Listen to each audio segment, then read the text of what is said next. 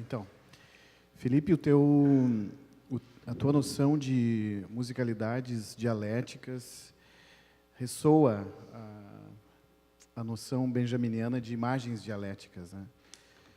Como, no entanto, o Benjamin é um autor mais comumente identificado com a leitura da visibilidade, da visualidade urbana, né? Como foi feito assim essa adaptação, né?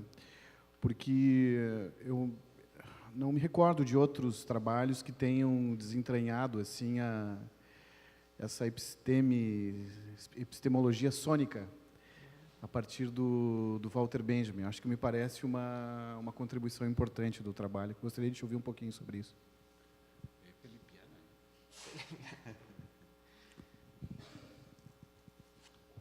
Mais alguém? Vou direto? Não. Vamos reunir algumas questões.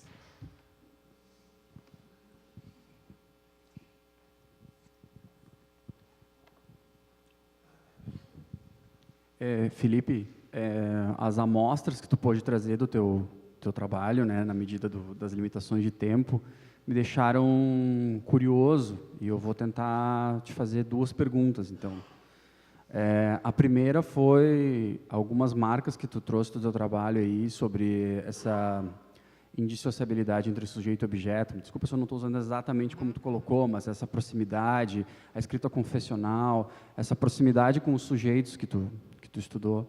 Isso me lembrou uma noção que é cara aos antropólogos, etnógrafos da música, que seria da bimusicalidade, de tu aprender a música, né, complementar essa imersão etnográfica da cultura musical que tu está querendo aprender, com o próprio aprendizado da própria música daqueles sujeitos que tu está estudando. Eu queria saber em que medida poderia se dizer que o teu percurso passou por isso, não passou, poderia ser interessante, o que poderia trazer disso. Esse é um ponto. O outro foi, em uma das linhas que tu mencionou do teu trabalho, da série de autores e teorias e metodologias que tu trouxe aqui para a gente, tu mencionou algumas vezes o Gumbrecht, né? E a noção de presença e sentido, né? Inclusive, tu não esqueceu de trazer o sentido, né? De mencionar o sentido. A mim parece que talvez, e eu quero saber como é que foi no teu trabalho, talvez uma dificuldade de conseguir se manter, que eu tenho observado no meu próprio trabalho e em outros trabalhos que mencionam o Gumbrecht e essa produção de presença, cultura não hermenêutica, de conseguir se manter de fato, assim, de conseguir de fato realizar um exame que não incorra em interpretações. Como é que foi isso na tua tese? Como é que tu trabalhou isso? Essas duas questões. Vou aqui, será? Não.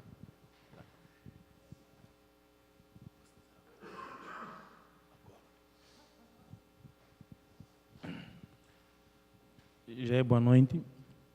E, professor Effendi, eu estava aqui a acompanhar a apresentação do professor e trazendo esta discussão que já havia acompanhado lá nas aulas, questão transmetodológica e tal, e tentou fazer menção da escola brasileira latino-americana, e olhando para a situação dessa escola latino-americana e olhando para a escola africana em particular. E o professor conseguiu, de forma resumida, nos mostrar o processo da construção da escola latino-americana em termos de pesquisa, etc. Mas há uma questão aqui que eu geralmente me apego a esta realidade, porque uma das coisas que me fez vir para cá, não tenho medo de dizer para ninguém, de assumir isso, não é vir buscar o canudo e vir fazer o doutoramento. eu vim para cá para aprender de como vocês vão construindo as vossas escolas, tendo em conta que a América Latina conquistou as suas independências há muito mais tempo que as nossas independências. E a nossa independência, por exemplo, de Moçambique, este ano faz 43 anos de independência. É uma escola em construção, em que os processos oligárquicos ainda são notórios. Moçambique é um país que, desde que ficou independente, um único partido é que se mantém no poder. Há eleições e tal. Mas a coisa que mais me incomoda é que eu gostaria de perceber como é que aqui na América Latina, particularmente o Brasil, onde o professor Fernandes se encontra, conseguiram construir essas escolas que, até um certo ponto, tivesse uma autonomia delas em relação aos regimes oligárquicos que nós encontramos a governar ou a administrar os nossos países. Porque a universidade, por exemplo, a universidade brasileira consegue funcionar com muito menos controle ou pouco controlada pelos regimes. Em Moçambique, por acaso, vou dar um exemplo, tem um conselho acadêmico que o reitor da universidade tem que sair do conselho acadêmico. Há eleições, é eleito, mas de repente o cara eleito lá pelo conselho acadêmico não funciona, o presidente aparece, diz que eu nomeio fulano, porque dizem que o conselho acadêmico pode propor quem vai dirigir os destinos ou os objetivos da universidade. Mas não é que se verifica, acaba aparecendo o presidente da República a vir colocar um cara que talvez nem estava ligado àquela universidade, foi buscar um cara só onde ele for. E eu gostaria de perceber como é que vocês conseguem construir esta escola? Como é que nós podemos buscar, quer dizer, gostaria de buscar esta experiência, porque pelo sim, pelo não, a nossa sociedade vai crescendo e nós temos que buscar essas experiências, porque nós também queremos construir essas escolas. E eu gostaria de perceber como é que na América Latina esse processo vai se desenvolvendo, a autonomia acadêmica, a construção metodológica, a separação desse poder academia até um certo ponto, entre aspas. Eu considero os governos que nós encontramos até os oligarcos até certo ponto, porque eles tentam ditar as coisas e aqui já não ditam tanto como acontece na minha particular realidade.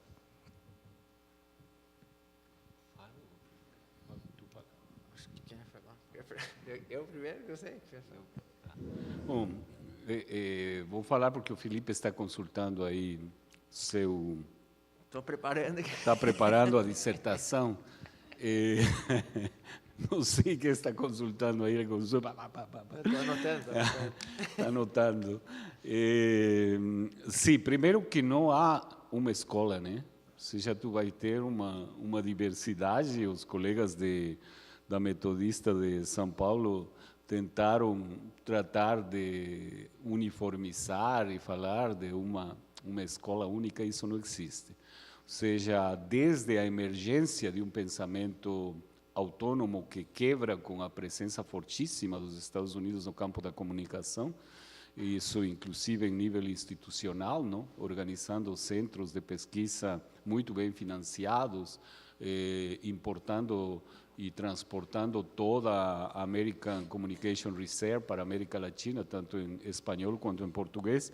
E o que vai acontecer é que colegas dentro do campo acadêmico, dentro dos institutos, vão a começar a perceber que aquilo que estão fazendo é uma cópia, é uma repetição, é um absurdo, é uma dependência, e realizam uma quebra histórica com aquilo que estava sendo feito.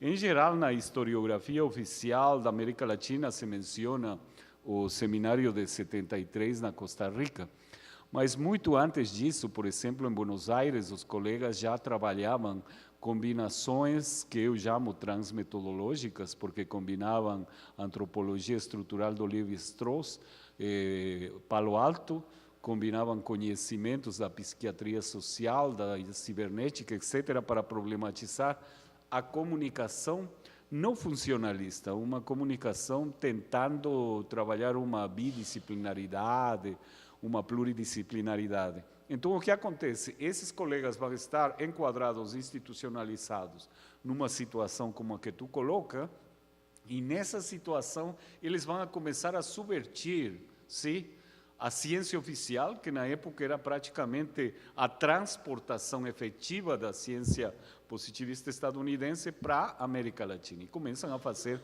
outras coisas. O mesmo vai acontecer no Chile, vai acontecer na Venezuela, por exemplo, que é outra perspectiva, mas trazer a Escola de Frankfurt na linha Adorno-Horkheimer para a América Latina. Mas, de fato, o que temos? Temos uma ruptura de aquilo que seria o que é considerado oficialmente como o que fazer investigativo, o que fazer metodológico, o que fazer teórico. Ou seja, vamos começar a pensar questões. O México tem a vantagem de que, olha o paradoxo histórico, de que o Stalin quase exterminou com os bolcheviques e intelectuais que fizeram a Revolução de Outubro, e muitos deles foram parar no México. Então, o México recebeu o pensamento crítico de altíssima qualidade. O Franco perseguiu de uma forma terrível aos espanhóis, e muitos intelectuais espanhóis e pensadores, pesquisadores vão para o México. Ou seja, o México é uma terra de acolhida de muitas pessoas que fugiam Segunda Guerra Mundial, etc. A Jane, no encontro nosso, inclusive mencionava o exemplo do Erich Fromm, né? Que se cansa dos Estados Unidos, olha nos Estados Unidos um novo modo de autoritarismo e vai parar no México. Então, o México teve essa possibilidade, ou seja, não é que existia uma democracia social fantástica, mas, como tu menciona, o controle do parte do Estado não era um controle, assim, permitia ambientes e espaços como para que o pensamento intelectual crítico existisse. Então, na maioria de nossos países, isso vai ser algo marginal, vai ser algo que é até perseguido. O maior lógico para consistente do mundo, o professor Newton da Costa, um brasileiro, teve a sorte de ser expulso pela ditadura militar, foi parar na Califórnia e construiu tudo aquilo que é a lógica para consistente. Então, não foi que a oficialidade intelectual, etc., colocavam a Newton da Costa nessa posição, tu compreende? Vão exercendo essa praxis teórica e essa praxis metodológica a partir do questionamento da ciência oficial, da ciência institucionalizada, da ciência que está considerada pelo senso comum acadêmico como aquela que é a única possível. E na América Latina, então, existe, se nós pensamos na confluência de tantas indisciplinas, de tantas histórias de êxodo, sim, desde a África, desde a Ásia, desde o Mediterrâneo, dos próprios indígenas que têm que fugir para as florestas para sobreviver. Então, na América existe, na nossa América existe um ambiente, sabe, como para construir quilombos intelectuais, quilombos de conhecimento. Outros mundos são possíveis de construir.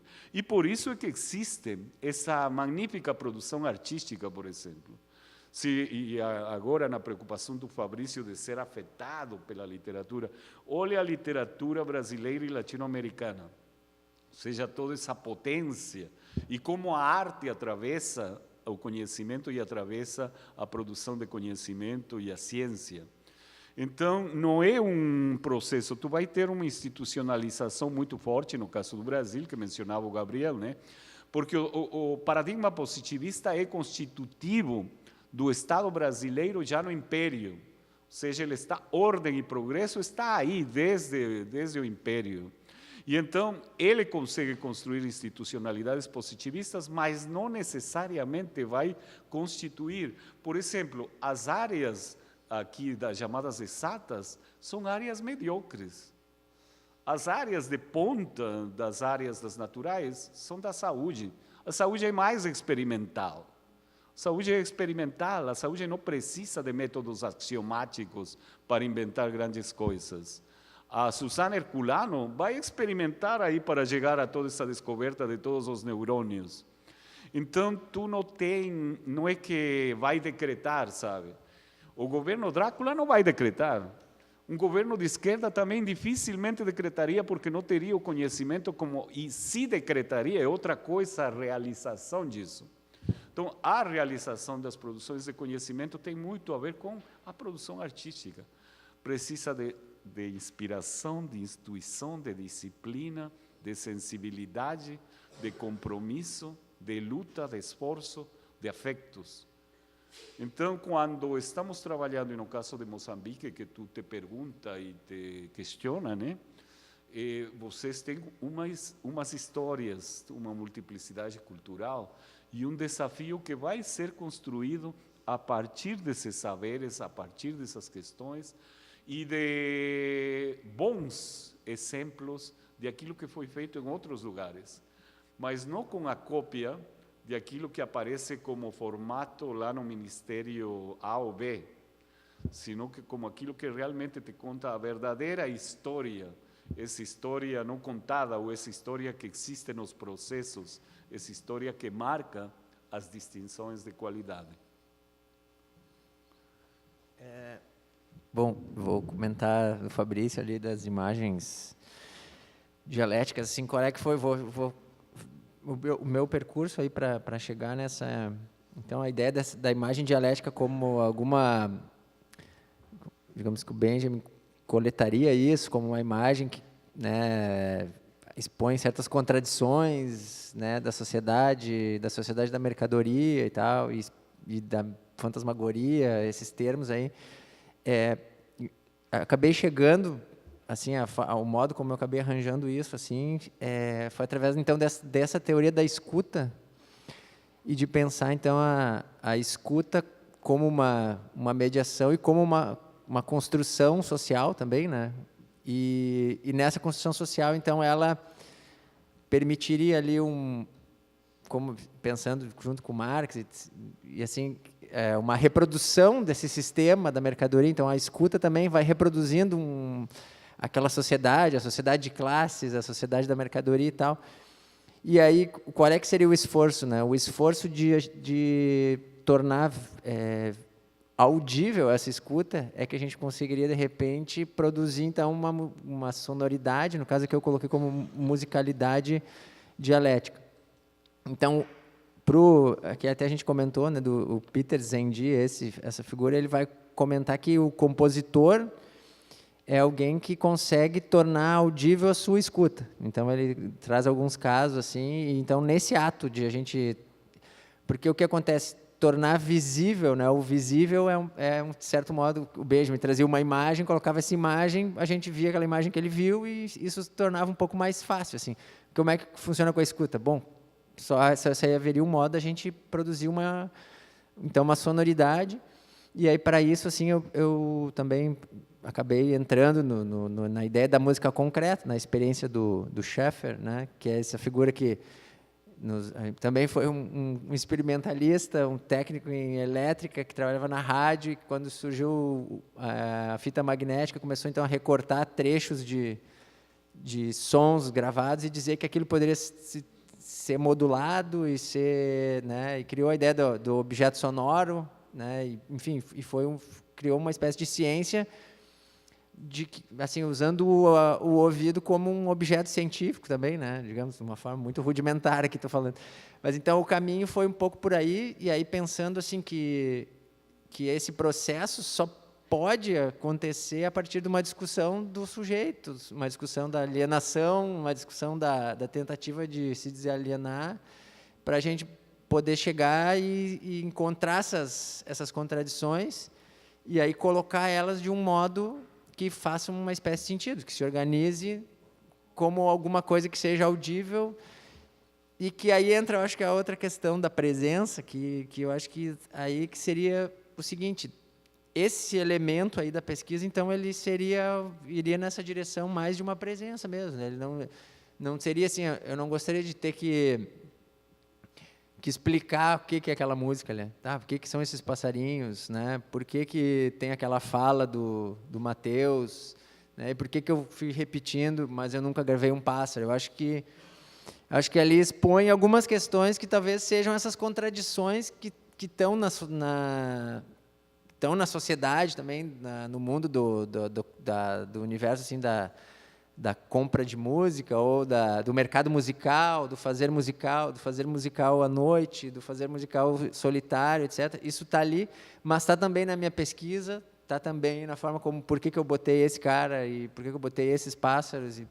Então, a pesquisa também tem contradições, né? Então, eu pensei que essa ideia da musicalidade dialética também, eu poderia expor até mesmo as farsas que eu trouxe nessa pesquisa, sabe? Coisas que eu manipulei, coisas que eu manipulei até num bom sentido, mas coisas que, assim, perguntas que eu não fiz, né? Porque ali ele nunca gravou e eu acabei não perguntando por que esse cara não gravou esse pássaro, e sei lá, e falha, ou então também colocar questões irônicas, assim, que iluminariam, então, nessa linha do Benjamin, assim, né? Iluminariam essas contradições da sociedade, eu acho, né? E eu acho que a questão da presença, como ela fica um pouco mais aberta, eu acho que assim, embora a gente fique o tempo inteiro tentando mapear o sentido, que seria essa ideia, a presença estaria em volta em nuvens de sentido ali, essa ideia do Gumbrich, que eu acho bem bonita, assim, mas aquilo que vai sobrando vai também criando um resíduo poético, assim, né? E eu acho que no caso da musicalidade também cria alguma coisa material, né? Então, eu acho que tem também uma fixação na materialidade, assim, porque eu acho que, para além de um relatório, assim, eu acho que é importante um rastro, assim, que pode ficar mais tangível, assim, mesmo que não tenha sentido, e que eu acho que isso seria um pouco da presença, e eu acho que isso é um pouco do que o Otávio Paz lá fala da poética, né? Essa ideia, assim, da poética como uma sobra, assim, que ela vai conseguindo também, deixando como um fio, assim, que se a gente colar outro fio, a gente pode começar a pensar numa transformação da linguagem mesmo, dessa linguagem científica, talvez, né? Ou aí a gente pode pensar, bom, a linguagem artística, se ela é artística, se ela é científica, eu acho que isso tem tudo, assim, todo esse lastro histórico, eu acho que o Effendi colocou, né? E eu acho que também tem uma questão que seria, assim, a gente integrar essas dimensões, assim, assumir elas, né? Assumir elas potencialmente e aí ir produzindo essas bordas aí, né, da transficcionalidade, da musicalidade dialética, para a gente começar a fazer essa outra costura, né? Então, essa que é conseguir criar redes, né, e fortalecer isso, e daqui a pouco a gente, enfim, se tornar hegemônico, né? Como a Giane fala. E eu acho que da bimusicalidade eu não conhecia isso aí, é uma pena, assim, porque eu não... Mas eu te confesso que numa das minhas experiências que eu estava, assim, fazendo, de como eu trabalharia essas musicalidades, eu peguei... Uma proposta inicial do trabalho seria mapear mais grupos, né? E seria daí fazer uma espécie de recriação, assim, de versões, não sei se seriam versões, né? E eu também fiz uma experiência, assim, que foi frustrada também, que foi eu trazia essas... Na verdade, uma parte foi frustrada, outra não. Eu trazia alguns temas desses músicos e tocava, né? E aí reenviava para eles, né?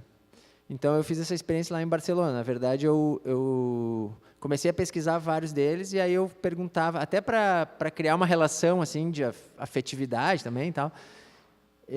Eu queria tocar na rua eu toquei na rua, assim, com uma caixa de som e um violão, né? E aí a caixa de som eu sempre botava uma base, né, uma gravação para eu tocar em cima. E aí, na realidade, a forma como eu me relacionava eu falei isso com o Matheus, falei isso com outro do Uruguai, que acabou não entrando na entrevista, porque ele não gostou muito, inclusive, do que eu fiz.